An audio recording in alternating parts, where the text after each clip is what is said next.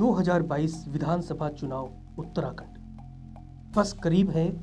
इसके लिए सियासी पार्टियां भी तेज रफ्तार से मोहरे बिछाना शुरू कर चुकी हैं। भाजपा और कांग्रेस की बात करें तो इनकी नूरा कुश्ती कोई नई नहीं है, लेकिन पहाड़ की सियासत में केजरीवाल की एंट्री ने दोनों खेमों में खलबली मचा दी है। इन सब के बीच एक बड़ा नाम उभर के सामने आ रहा है, जो है हरीश रावत का। दिग्गज हरीश रावत, पहाड़ के हरदा। इनके बारे में जानना भी ज़रूरी है कि आखिर इनका सियासी सफ़रनामा कैसा रहा है।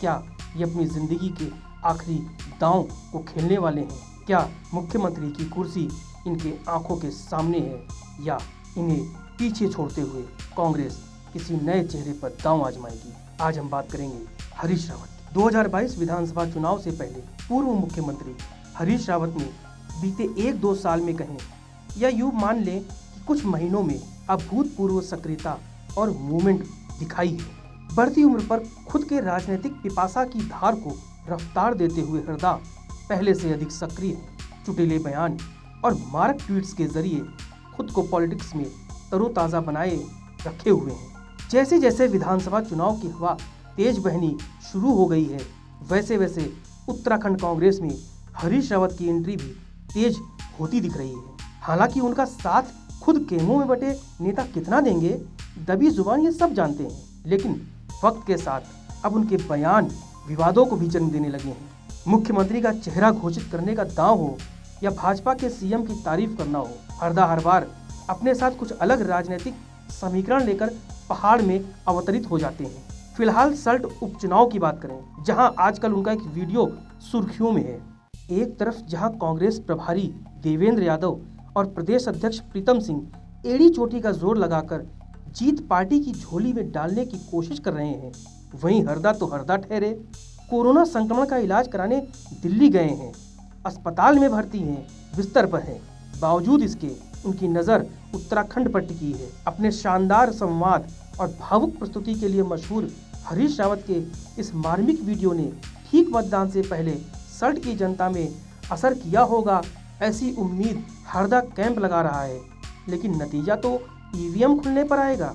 जानकार कहते हैं उत्तराखंड में हरदा ने अपनी पॉलिटिक्स एक अलग रंग में जी है। इसमें कोई दो राय नहीं कि उनके पास तथ्य और आंकड़े भी होते हैं, और होती है विरोधियों की कमजोरियों का लंबा चौड़ा हिसाब किताब, जिसे सामने रखकर ही और जिस पर होमवर्क करके ही वो राजनीति के मंच पर चढ़ते हैं। किसी जमाने में ब्लॉक प्रमुख रहे हरीश रावत केंद्र में कैबिनेट रैंक का मंत्री पद हासिल करने के बाद उत्तराखंड के मुख्यमंत्री भी बने, तो कैसे बने, ये उत्तराखंड का हर वो शख्स बखूबी जानता है जिसको थोड़ी भी राजनीतिक समझ है।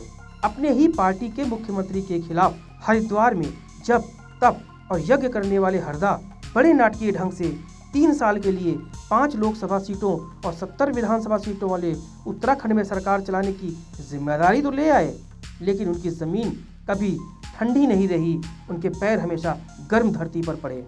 लेकिन उनके पॉलिटिकल कैरियर में इस राज्य ने दल बदल, खरीद फरोख्त, राष्ट्रपति शासन, सरकार गिरना बनना, कोर्ट कचहरी, स्टिंग ऑपरेशन, न जाने क्या क्या सियासी ड्रामे भी देखे हैं। अब आपको थोड़ा पीछे ले चलते हैं और बात करते हैं 2002 की। पार्टी ने एक तरह से हरीश रावत की अगुवाई में उत्तराखंड का चुनाव लड़ा था और उनका मुख्यमंत्री बनना उनके समर्थकों के बीच तय माना जा रहा था। और तो और टीम हरदा ने तो पूरा होमवर्क भी कर लिया था। कहते हैं जाट मरा तब जानिए जब 13वीं होए। नई अचकन और टोपी सिलवाकर न्योते का इंतजार हरदा करते ही रह गए और कुर्सी मिल गई दिग्गज एनडी तिवारी को। एक तरफ जहां हरीश रावत की उम्मीदों को झटका लगा, तो वहीं उनके चाहने वालों को गहरा सदमा पहुंचा। कई साल तक संघर्ष करते करते हरदा अब सत्ता के लिए धैर्यवान हो चुके थे, लेकिन मन में लालसा तो फिर भी हरी हरी रही। इसका भी नतीजा देश ने तब देखा जब 2012 में तात्कालीन कुर्सी पर यकायक विजय बहुगुणा की ताजपोशी दिल्ली हाईकमान ने करके सबको चौंका दिया। सब्र का पैमाना छलक पड़ा था और हरीश रावत बागी रूप अख्तियार कर रहे थे। लेकिन उस वक्त भी उनके हाथ से वो जादुई कुर्सी फिसल गई। उसके बाद तो गुप्त खत, मीडिया में चिट्ठियां और बयान, जहरीले स्टेटमेंट्स और आए दिन अपनी ही पार्टी के मुख्यमंत्री के पीछे पड़े रहना तरह तरह के बयान और उनके फैसलों पर सवाल खड़े करना, ये सब एक ऐसा राजनीतिक अंधड़ था जिसके पीछे कहीं ना कहीं हरीश रावत को देखा जा रहा था।